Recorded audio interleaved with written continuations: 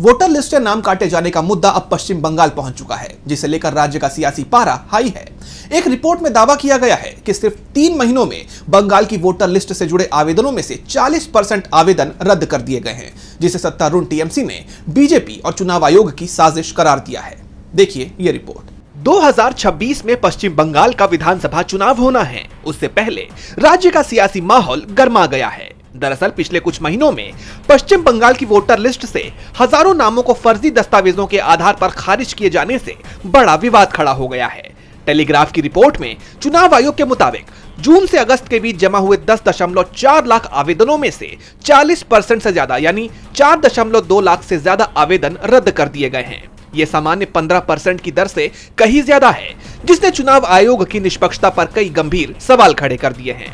इसे टीएमसी ने चुनाव आयोग की बीजेपी के साथ मिलकर वोटर लिस्ट में हेरफेर करने की साजिश बताया है।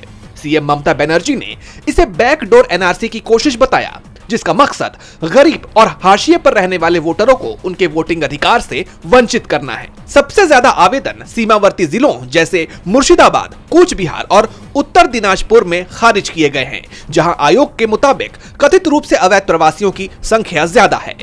इतने बड़े पैमाने पर नाम खारिज होने से यह बहस और तेज हो गई है कि क्या चुनाव आयोग एक निष्पक्ष और स्वतंत्र संस्था के तौर पर काम कर रहा है या फिर वो सरकार के दबाव में रहकर एक पपेट की तरह काम कर रहा है।